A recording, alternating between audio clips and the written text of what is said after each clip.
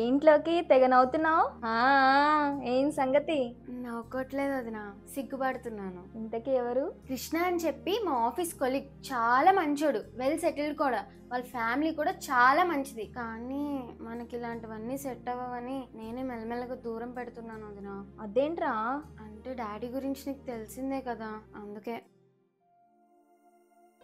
చూస్తున్నా ఆఫీస్ నుంచి లేటుగా రావడాలు, ఫోన్లోనే తలకాయ పెట్టడాలు అన్నీ కలిపి ఒకటేసారి తీస్తా. ఎందుకు డాడీ నేనంటే అంత కోపం మీకు? నా మీద నమ్మకం లేదా? నిన్ను నమ్మడం కాదు, ఈ జనరేషన్ నమ్మను నేను. జాగ్రత్తగా ఉండు, ఏదైనా తేడా జరిగిందంటే మర్యాదగా ఉండదు. నేను వచ్చి మీ ఇంట్లో వాళ్ళతో మాట్లాడుకుంటాను, అదంతా నేను డీల్ చేసుకుంటాను.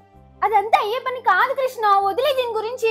నేను ఇప్పుడే మా పేరెంట్స్ ని తీసుకొని మీ ఇంటికి వస్తాను, మాట్లాడదాం, అప్పుడు సెటిల్ అయిపోతుంది. అయ్యో వద్దు వద్దు వద్దు, నేను చెప్పేది విను కృష్ణ, నన్ను ఇలానే ఉండని. Okay ready. హలో, మీ ఇంట్లో వాళ్ళని తీసుకొని ఇంటికి వచ్చేయి బాబు, కూర్చొని మాట్లాడుకుందాం. మామయ్య, లోకి ఒక అబ్బాయిని లవ్ చేస్తుంది మావయ్య. అనుకున్నాను, 2 కాళ్ళు ఎర్రగొట్టి ఓ సంబంధం చూసి పెళ్లి చేస్తాను. ఒక్క నిమిషం, నేను చెప్పేది వినండి మావయ్య. మన లోకి అందరిలా కాదు మావయ్య, ఇంటి పరువు గురించి ఆలోచిస్తుంది. మీ మీద ఉన్న గౌరవంతో అబ్బాయి అంటే ఎంత ఇష్టం ఉన్నా కూడా దూరం పెడుతుంది మావయ్య. అదే ప్లేస్లో వేరే అమ్మాయి ఉంటే మాత్రం ఈ పాటికి బట్టలు సర్దుకుని లవ్ చేసిన వాడితో ఎప్పుడో వెళ్ళిపోయేది.